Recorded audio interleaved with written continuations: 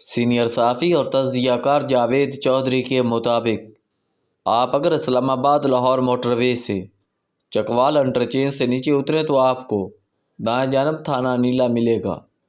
اس تھانے میں 1 فروری کو ایک گمنام خط موصول ہوا جس میں انکشاف کیا گیا گاؤں کی ایک حویلی میں ایک لڑکی اور لڑکا 2 سال سے بند ہیں۔ کوئی خاتون ہر دوسرے دن کھڑکی کے ذریعے انہیں کھانا دے جاتی ہے۔ یہ دونوں آخری سانسیں لے رہے ہیں۔ یہ خط 12 دن پولیس کی فیلوں میں گردش کرتا رہا۔ بہرحال قصہ مختصر، 12 فروری کو پولیس گاؤں پہنچ گئی۔ گوگ تھانہ نیلا سے 25 کلومیٹر دور ہے۔ جنرل فیض حمید کی مہربانی سے گاؤں تک سڑک بن گئی تھی۔ پولیس حویلی تک پہنچی تو اسے حویلی کے ایک کمرے میں بستر پر ایک لڑکی کی 9-10 دن پرانی لاش ملی۔ لاش کے اوپر رضائیاں اور دریاں پڑی تھی۔ لڑکی کی موت بظاہر بھوک اور سردی کی وجہ سے ہوئی تھی۔ وہ مکمل طور پر ہڈیوں کا ڈھانچہ تھی۔ اس کا کل وزن 10 سے 15 کلو تھا۔ کمرے میں روٹی کے ٹکڑے بھی پڑے تھے، جبکہ کونے میں لڑکی کا پیخانہ تھا جو ثابت کرتا تھا وہ کمرے میں بول و براز کرتی تھی۔ اس کے جسم پر پھٹے پرانے اور بدبودار کپڑے تھے جن سے محسوس ہوتا تھا اس نے 1.5 سال سے کپڑے نہیں بدلے۔ بال اور ناخن بھی بڑے ہوئے تھے اور لڑکی نے مدت سے غسل بھی نہیں کیا تھا۔ پولیس نے دوسرا کمرہ کھولا۔ لڑکی کی موت بظاہر بھوک اور سردی کی وجہ سے ہوئی تھی۔ وہ مکمل طور پر ہڈیوں کا ڈھانچہ تھی۔ اس کا کل وزن 10 سے 15 کلو تھا۔ کمرے میں روٹی کے ٹکڑے بھی پڑے تھے، جبکہ کونے میں لڑکی کا پیخانہ تھا جو ثابت کرتا تھا وہ کمرے میں بول و براز کرتی تھی۔ اس کے جسم پر پھٹے پرانے اور بدبودار کپڑے تھے جن سے محسوس ہوتا تھا اس نے 1.5 سال سے کپڑے نہیں بدلے۔ بال اور ناخن بھی بڑے ہوئے تھے اور لڑکی نے مدت سے غسل بھی نہیں کیا تھا۔ پولیس نے دوسرا کمرہ کھلوایا تو اس سے ایک نوجوان لڑکا ملا۔ وہ پولیس کو دیکھ کر چھپنے کی کوشش کرنے لگا۔ پولیس نے بڑی مشکل سے اسے یقین دلایا، ہم تمہاری مدد کے لیے آئے ہیں۔ لڑکے کی حالت بھی خستہ تھی، جسم سے بدبو آ رہی تھی۔ بال گندے اور لمبے تھے اور ان میں جوئیں پڑی تھی۔ اس کا جسم بھی ہڈیوں کا ڈھانچہ تھا۔ وہ نکاح سے کھڑا تک نہیں ہو پا رہا تھا۔ یہ بھی بول و براز کمرے میں کرتا تھا۔ اس کا کمرہ انتہائی خراب اور گندا تھا۔ بستر بھی غلیظ تھا۔ پولیس فوری طور پر لاش اور نوجوان کو تھانے لے گئی۔ نوجوان کو گرم پانی سے غسل دیا گیا، بال اور ناخن تراشے گئے اور اسے نئے کپڑے پہنائے گئے۔ اسے اچھی خوراک بھی دی گئی۔ یہ برسوں کا بھوکا تھا، لہذا یہ جانوروں کی طرح خوراک پر بل پڑا۔ نوجوان کی طبیعت ذرا سے سنبھلی تو اس نے ہولناک سٹوری سنائی۔ اس کے والد کا نام چودھری زرین تاج تھا۔ وہ شریف آدمی تھے، گاؤں کے لوگ ان کی عزت کرتا تھے۔ 2 سال پہلے ان کا انتقال ہو گیا۔ والدہ کا انتقال ان سے پہلے ہو چکا تھا۔ نوجوان کا نام حسن رضا ہے۔ اس کی عمر 32 سال ہے۔ لڑکی اس کی بہن تھی اور اس کا نام جبین تھا۔ عمر 25 سال تھی۔ لڑکی نے BSc کر رکھا تھا اور میٹرک میں اس نے راولپنڈی ریجن میں ٹاپ کیا تھا۔ وہ انتہائی محنتی اور ذہین بچی تھی۔ دونوں بہن بھائیوں کو وراثت میں 950 کنال زمین ملی۔ زمین زرخیز اور قیمتی تھی۔ والدین کے بعد بہن بھائی اکیلے رہ گئے۔ ان کے تایا کے بیٹے تعداد اور اثر رسوخ میں زیادہ تھے، لہذا تایا زاد چودھری انصر محمود نے اپنے بھائیوں اشرف اور شکیل کی مدد سے ان کی زمین پر قبضہ کر لیا اور دونوں بہن بھائی کو پاگل مشہور کر کے حویلی میں بند کر دیا۔ یہ علاج کے نام پر انہیں ایسی دوائیں بھی دیتا رہتا تھا جس سے ان کا ذہنی توازن بگڑ جائے یا یہ فوت ہو جائیں۔ دونوں بہن بھائی کو 2 سال 2 مختلف کمروں میں بند رکھا گیا۔ انہیں کپڑے دیے جاتے تھے اور نہ گرمیوں میں پنکھا اور سردیوں میں رضائی۔ کھڑکی سے ان کے کمرے میں روزانہ ایک روٹی اور تھوڑا سا سالن اندر پھینک دیا جاتا تھا۔ یہ بول و براز بھی کمرے میں کرتے تھے۔ ملزم بااثر تھے۔ مسلم لیگ نون کے MNA ذوالفقار دلہا کے رشتہ دار بھی تھے اور سپورٹر بھی، لہذا گاؤں کے لوگوں نے ڈر کر ہونٹ سے لیے اور خاموشی سے یہ ظلم دیکھتے رہے۔ اس دوران زمین تایا زاد بھائیوں کے قبضے میں رہی۔ یہ اس پر کھیتی باڑی بھی کراتے رہے اور انہوں نے ان کے 65 لاکھ روپے کے درخت بھی بیچ دیے۔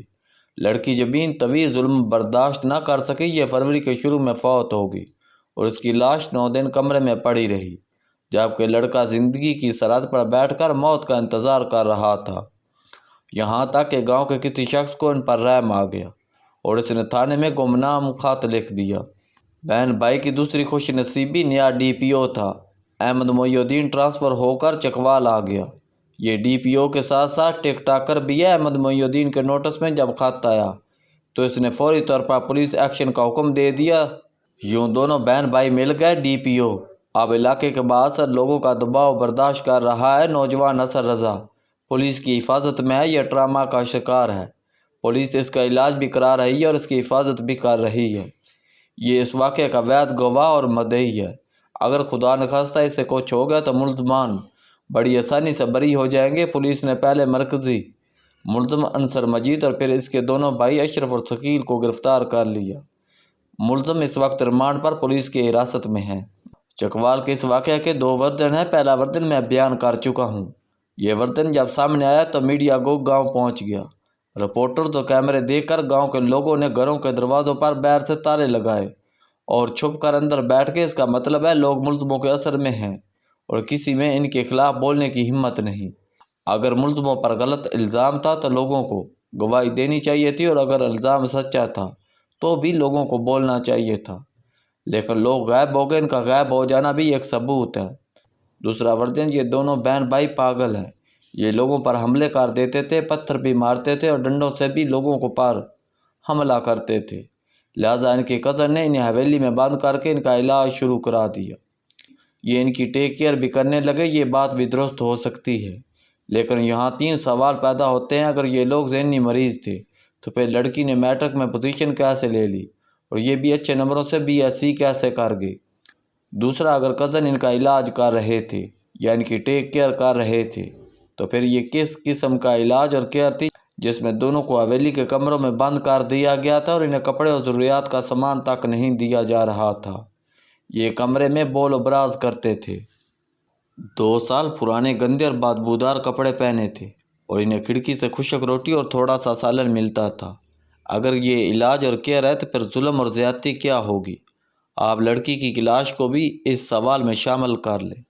لڑکی کو مرے ہوئے 7 دن سے 9 دن ہو گئے، لیکن کیئر اور علاج کرانے والوں نے اس کی تدفین مناسب سمجھی اور نہ انہیں اس کی موت کی اطلاع ملی۔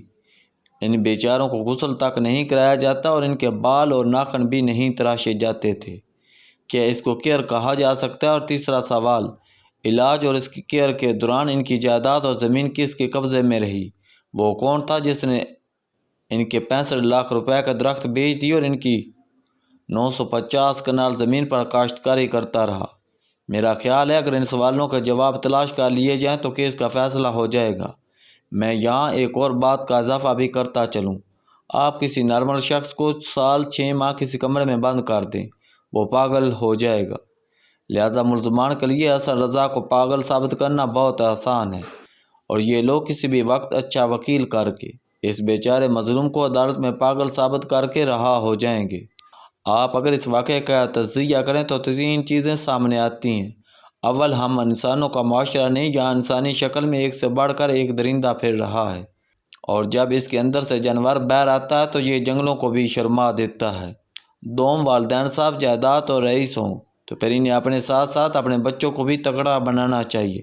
حسن رضا اور جبین کے والد کو اگر احساس ہوتا تو یہ ان کے سروں پر کوئی ایسا آسرا چھوڑ جاتا جو ان کی حفاظت کرتا۔ میرا خیال ہے والد اپنے بھتیجوں کے عزائم کا ادراک نہیں کر سکا ہوگا، جس کے نتیجے میں اس کی اولاد کزن کے ہاتھوں ذلیل ہو کر رہ گئی۔ اور سوم، ہماری پولیس اور حکومت کے سسٹم میں بے شمار خرابیاں ہیں۔ ہم آج تک کوئی ایسی ہیلپ لائن پورٹل یا کوئی ایسا ایڈریس تخلیق نہیں کر سکے یہاں لوگ گمنام خط لے کر دائیں بائیں ہونے والے مظالم یا جرائم کی اطلاع دے سکیں۔